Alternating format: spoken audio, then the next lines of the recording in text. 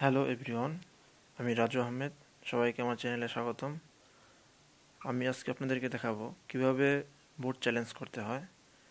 আমি যে পদ্ধতিটা দেখাচ্ছি সেটা পিএসসি, জেএসসি, এসএসসি এবং এইচএসসিদের জন্য প্রযোজ্য। এটা করার জন্য অবশ্যই আপনাকে একটা টিলটেক সিম সংগ্রহ করতে হবে। চলুন শুরু করা যাক। প্রথমে আপনাকে মেসেজ অপশনে যেতে হবে। এরপর এখানে আপনাকে একটা নিউ মেসেজ নিতে হবে। প্রথমে আমরা যে নাম্বারে মেসেজটা সেন্ড করব সেটা আগে লিখে ফেলি।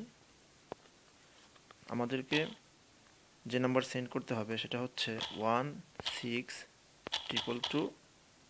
এবার আমাদেরকে মেসেজ টাইপ করতে হবে। এখানে আমাদের RSC লিখে স্পেস দিতে হবে। দেন যে বোর্ড থেকে পরীক্ষা দেওয়া হয়েছে সেই বোর্ডের নামের প্রথম 3 অক্ষর লিখতে হবে। যেমন আমি ঢাকার জন্য লিখতেছি DHA। এরপর লিখতে হবে রোল নাম্বার। এখানে রোল নাম্বার আমি একটা লিখতেছি, যেমন 1429334। এরপর আমি একটা সাবজেক্ট কোড দেব। এখানে সাবজেক্ট কোড একসাথে অনেকগুলো দেওয়া যায়। যেমন আমি একটা সাবজেক্ট কোড দিচ্ছি 107।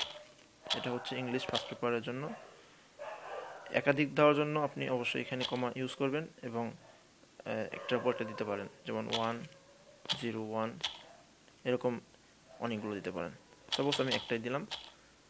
এরপর এটাকে সেন্ড করে দিলেই হয়ে যাবে। এটা সেন্ড করার পর যেটা হবে সেরকম আমি আপনাদের দেখাচ্ছি। এটা সেন্ড করার পর এরকমভাবে আমি সেন্ড করলাম।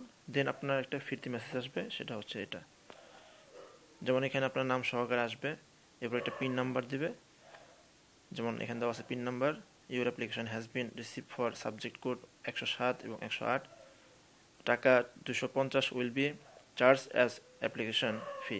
এখানে 107 এবং 108 দেওয়া হয়েছে এর জন্য যে 107 হচ্ছে ইংলিশ ফার্স্ট পেপার এবং 108 হচ্ছে ইংলিশ সেকেন্ড পেপার। আর একটা আরেকটার সাথে সংযুক্ত আমরা সবাই জানি, ইংলিশ ফার্স্ট পেপার এবং সেকেন্ড পেপার। তারপর পরবর্তী কাজটা কী করতে হবে, এখানে মেসেজের পরের অংশে দেওয়া আছে।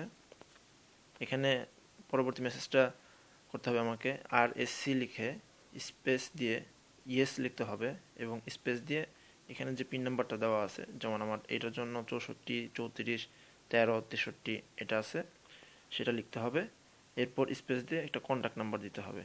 আপনি যে কন্ট্যাক্ট নাম্বারটা দিবেন সেই নাম্বার আপনাকে রেজাল্ট দেওয়া হবে। দেন আপনাকে আবারও এই একই নাম্বার সেন্ড করতে হবে, যেমনটা আমি এখানে মেসেজটা করেছি এই মেসেজটা।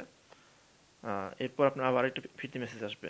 এই মেসেজটা দুইটা নাম্বারে আসবে। একটা হচ্ছে যে নাম্বারটাতে আপনি কন্ট্যাক্ট নাম্বার হিসেবে ব্যবহার করছেন সেই নাম্বারে, আরেকটা আপনি যে নাম্বার থেকে এই অ্যাপ্লিকেশনটা করলেন বা রেজিস্ট্রেশন করলেন। তো তারপর এখানে আপনার একটা ট্র্যাকিং নাম্বার দেওয়া থাকবে এবং সাকসেসফুলি কমপ্লিটেড এটাও দেখাবে। আর কাজ এখানেই কমপ্লিট হয়ে যাবে। আপনাকে আর কিছু করতে হবে না এবং একটা নির্দিষ্ট সময় পর আপনাকে এই রেজাল্টটা জানানো হবে। আর যদি কোনো প্রশ্ন থাকে অবশ্যই কমেন্ট করবেন। আশা করি সবাই বুঝতে পারছেন। আর যদি আমার ভিডিওটি আপনার ভালো লেগে থাকে অবশ্যই লাইক এবং কমেন্ট করবেন এবং শেয়ার করবেন। আর সাবস্ক্রাইব করতে ভুলবেন না। ধন্যবাদ সবাইকে।